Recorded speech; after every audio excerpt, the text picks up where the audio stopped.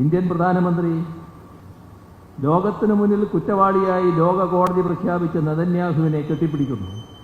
ആരെ കെട്ടിപ്പിടിക്കണമെന്നുള്ളത് ഓരോ കാലത്തും ഓരോ ഭരണാധികാരികൾ നമ്മെ കാണിച്ചു തന്നിട്ടുണ്ട്.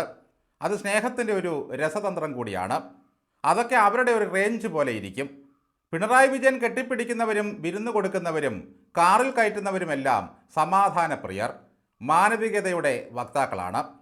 പിണറായി വിജയൻ അബ്ദുള്ളയെ കെട്ടിപ്പിടിച്ചപ്പോൾ ശൈലജ ടീച്ചർ പോസ്റ്റ് ഇട്ടത് ആലിംഗനം മുദ്രാവാക്യമാണ് എന്നായിരുന്നു.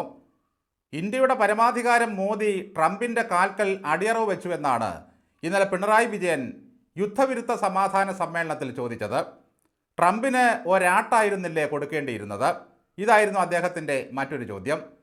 റഷ്യയിൽ നിന്നും എണ്ണ വാങ്ങാൻ ട്രംപ് നമുക്ക് 30 ദിവസം അനുവദിച്ചതാണ് അമേരിക്കയെ ആട്ടണമെന്ന് പിണറായി പറയുന്നതിന് കാരണം. അടുത്ത തവണ ചികിത്സയ്ക്ക് അമേരിക്കയിൽ പോകുമ്പോൾ മുഖത്ത് നോക്കി നേരിട്ടങ്ങ് ആട്ടണം സാറേ. മുഖ്യമന്ത്രിയുടെ ഒരു ആട്ട എന്ന് പറയുന്നത് ലോകം കിടുങ്ങുന്നതാണ്. റഷ്യയിൽ നിന്നും എണ്ണ വേണ്ട, കണ്ണൂരിലെ ധർമ്മടത്ത് നിന്നും ആവശ്യത്തിന് കുഴിച്ചെടുക്കാൻ എന്തുകൊണ്ട് പിണറായിക്ക് മോദിജിയോട് പറഞ്ഞുകൂടാ? അല്ലെങ്കിൽ ചൊക്ലിയിൽ നിന്നോ കുണ്ടന്നൂർ പാലത്തിൻ്റെ കീഴിൽ നിന്നോ കുഴിച്ചെടുക്കണം. വെനസ്വേലയിൽ നിന്ന് നമ്മുടെ ഒരു സഖാവിനെ അമേരിക്ക പിടിച്ചുകൊണ്ടു പോയിരുന്നു ഭാര്യയെ സഹിതം. ആ നിക്കോളാസിനെ തിരിച്ചു കിട്ടിയായിരുന്നോ സാറേ? അന്ന് കാര്യമായി പിണറായി വിജയൻ ഇടപെട്ടതായും അറിവില്ല. ആ പാവം ഷിജു ഖാൻ ഒറ്റയ്ക്ക് നിന്ന് അമേരിക്കയെ ഭീഷണിപ്പെടുത്തുന്നത് കേട്ടു. കയ്യൂക്കുള്ളവൻ കാര്യക്കാരനെന്ന വന്യമൃഗ രീതിയാണ് US നടപ്പാക്കുന്നത് എന്നാണ് പിണറായി വിജയൻ പറയുന്നത്. എൻ്റെ പൊന്നോ, ഇതാണ് സാറേ ഇവിടെയും പരമാർത്ഥം. എന്തിന് നമ്മൾ അമേരിക്ക വരെ പോകണം? കേരളത്തിലിക്കണ്ട സഹകരണ ബാങ്കുകളും കോളേജുകളും എങ്ങനെയാണ് CPMൻ്റെയും SFIയുടെയും ഒക്കെ സ്വന്തമായത്? ജനാധിപത്യപരമായ മാർഗത്തിൽ വരി നിന്ന് സഹകാരികൾ ജയിപ്പിച്ചു തന്നതാണോ? വോട്ടർമാർ കൃത്യമായി വന്ന് വോട്ട് കുത്തിയതാണോ? കണ്ണൂരിലെ പല പഞ്ചായത്തുകളിലും മത്സരിക്കാൻ എതിർ സ്ഥാനാർത്ഥികളില്ല CPMനെതിരെ. കേരളം പോലൊരു ചെറിയ നാട്ടിൽ വന്യമൃഗത്തിൻ്റെ രീതിയിലല്ലേ ഈ സർക്കാരും പാർട്ടിയും ജനങ്ങളെ വരുതിയിലാക്കുന്നത്? കയ്യൂക്കുള്ള നിങ്ങളുടെ DYFIക്കാർ മുതൽ CPMകാർ വരെ ഇവിടുത്തെ പോലീസിനെ വരെ വിറപ്പിക്കുകയാണ്. അങ്ങയുടെ ഇരട്ടച്ചങ്കിന് മുമ്പിൽ ഭീതിയോടെയാണല്ലോ ജനം കഴിയുന്നത്. പക്ഷേ 56 ഇഞ്ച് നെഞ്ചളവുള്ള ഇരട്ട എഞ്ചിനുള്ള കേന്ദ്രത്തിന് മുമ്പിൽ ചെന്ന് പൂച്ചയെപ്പോലെ പതുങ്ങാറുണ്ട്. പറയുന്നിടത്ത് ഒപ്പിട്ട് കിട്ടുന്ന കാശ് വാങ്ങും. ഇതാണ് പതിവ് പരിപാടി. ഒപ്പിടാൻ പറയുമ്പോൾ എന്താ അരയക്ഷരം പറയാതെ ആട്ടാതെ തല കുനിച്ചു പോരുന്നത്? പിണറായി അങ്ങനെ വഴങ്ങിക്കൊടുക്കുന്നത് എന്തിനാണ്? നവകേരളത്തിൻ്റെ ഭാവിക്ക് വേണ്ടി. ഇതുപോലെ മോദിജി എന്തിനാണ് ട്രംപിനെ വണങ്ങുന്നത്? ഇന്ത്യൻ ജനതയുടെ ഭാവിക്ക് വേണ്ടി. മോദിജി ട്രംപ് പറയുന്നിടത്ത് നിന്നും എണ്ണയും ഇന്ധനവും ഇറക്കി നമുക്ക് തന്നാലേ പിണറായി സർക്കാരിന് 2 രൂപ ലിറ്ററിന് സെസ് വാങ്ങി പാവങ്ങൾക്ക് പെൻഷൻ കൊടുക്കാൻ കഴിയും. ഏതാണ്ട് ഭക്ഷ്യശൃംഖല പോലെയാണ് പിണറായി സാർ ഈ ലോകക്രമത്തിൻ്റെ അധികാര ശൃംഖലയും. പുല്ലുതീനി മുതൽ ആനെ റാഞ്ചി വരെ ഉണ്ട്. ഇനി അതല്ല, റഷ്യയിൽ നിന്ന് വേണ്ട, പിണറായി വിചാരിച്ചാൽ 15 ദിവസത്തിനകം ഖത്തറിൽ നിന്നും നേരിട്ട് പാചകവാതം എത്തിച്ച് ഇന്ത്യക്ക് കൊടുക്കാൻ പറ്റുമെങ്കിൽ ആ വഴി ചിന്തിച്ചു നോക്കൂ. ഇന്ത്യയുടെ അതിഥിയായി എത്തി തിരിച്ചുപോയ ഇറാൻ്റെ കപ്പൽ അമേരിക്ക ഇന്ത്യൻ മഹാസമുദ്രത്തിൽ തകർത്തതിലും പിണറായിക്ക് ക്ഷോഭമുണ്ട്.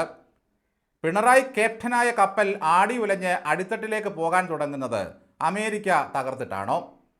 അങ്ങനെ അമേരിക്കയെ പാഠം പഠിപ്പിക്കുമെന്ന് പ്രതിജ്ഞ എടുത്ത ശേഷം ദേഷ്യമെല്ലാം പല്ലു ഞറുമ്മി തീർത്ത് പിണറായി തൽക്കാലം തിരിച്ചുപോയി.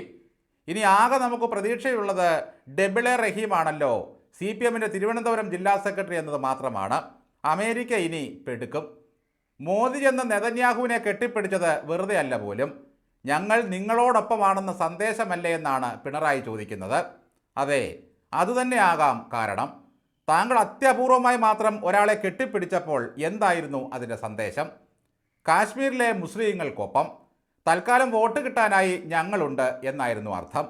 എന്നാൽ മലപ്പുറത്തുള്ള മുസ്ലിങ്ങളെ തെറി വിളിച്ച വെള്ളാപ്പള്ളിയെ കാറിൽ കയറ്റിയാൽ അതിൻ്റെ അർത്ഥം എന്താണ്? നടേശൻ്റെ മലപ്പുറം വിരോധത്തിന് ഞങ്ങളുണ്ട് കൂട്ട് എന്ന സന്ദേശമല്ലേ അങ്ങ് കൊടുത്തത്? ഡൽഹിയിൽ പോയി നിർമ്മലാ സീതാരാമനെ കേരള ഹൗസിൽ വിളിച്ച് വിരുന്ന് കൊടുത്തത് എന്തിനായിരുന്നു? എന്നെയും കുടുംബത്തെയും കാത്തുകൊള്ളണേ എന്ന് പറയാൻ. പണ്ട് മദനിയുടെ അടുത്ത് പോയിരുന്നത് എന്തിനായിരുന്നു? അങ്ങനെ ഓരോന്ന് ചെയ്യുന്നതിനും എല്ലാവർക്കും ഓരോ ലക്ഷ്യമുണ്ട്. ഈ ഇട്ടാവട്ടത്തിരുന്നങ്ങ് നാട്ടുകാരെ അടിമകളാക്കി അധികാരത്തിൻ്റെ ചെങ്കോലും കിരീടവുമായി വിലസുകയല്ലേ? ആരെങ്കിലും ചോദിക്കാനുണ്ടോ? ഇതുപോലെയാണ് അധികാരവും ആൾബലവും ആയുധവീര്യവും രാസായുധങ്ങളുടെ ശക്തിയുമുള്ള എല്ലാ ഏകാധിപതികളും ലോകത്തോട് പെരുമാറുന്നത്. ട്രംപിനെ എന്താ ആട്ടാതിരുന്നത് എന്ന് ചോദിക്കുന്ന പിണറായി ഒന്നറിഞ്ഞോളൂ. നമ്മൾ കിട്ടാനുള്ള കേന്ദ്ര വിഹിതത്തിന് വേണ്ടി കേരളത്തോട് യാചിക്കും.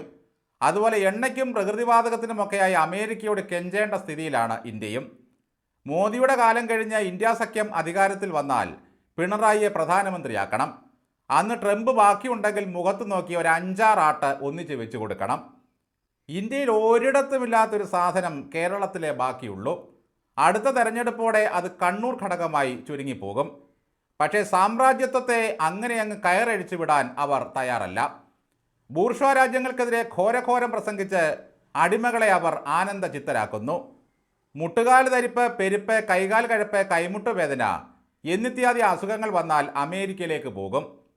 പിണറായി വിജയൻ അസുഖം കൊണ്ട് വരുന്നത് കാണുമ്പോഴേ അമേരിക്കൻ സാമ്രാജ്യത്വം അവധിയെടുത്ത് വഴിമാറിപ്പോകും. വകതിരിവോ യാഥാർത്ഥ്യബോധമോ ഇല്ലാത്ത കമ്മ്യൂണിസ്റ്റ് നേതാക്കളാണ് കേരളത്തിൻ്റെ മുതൽക്കൂട്ട്. ഇസ്രയേലിൽ പണിയെടുത്ത് ജീവിക്കുന്ന മലയാളികളെ ഒന്നും മലയാളികളായി ഇവർ അംഗീകരിക്കുന്നില്ല. സാമ്രാജ്യത്വ കഴുകൻ്റെ അടിമകളാണ് അവർ. മതഭ്രാന്ത് എങ്ങനെ വോട്ടാക്കി പെട്ടിയിലാക്കാമെന്നുള്ള മത്സരത്തിലാണ് ഓരോ പാർട്ടിയും. ചുറ്റുമുള്ള മുസ്ലിം രാജ്യങ്ങൾ പോലും ഇറാനൊപ്പമില്ല എന്നാണ് കേൾക്കുന്നത്. പക്ഷേ കണ്ണൂർ ഘടകം ഇപ്പോഴും അവർക്കൊപ്പമാണ്.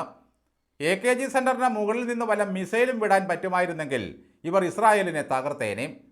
രക്തസാക്ഷി ഫണ്ടിൻ്റെ കണക്ക് ചോദിക്കുന്ന സഖാക്കളുടെ വീടിന് നേരെ പ്രയോഗിക്കാനുള്ള മിസൈലുകൾ മാത്രമേ തദ്ദേശീയമായി നിർമ്മിച്ചു തുടങ്ങിയിട്ടുള്ളൂ.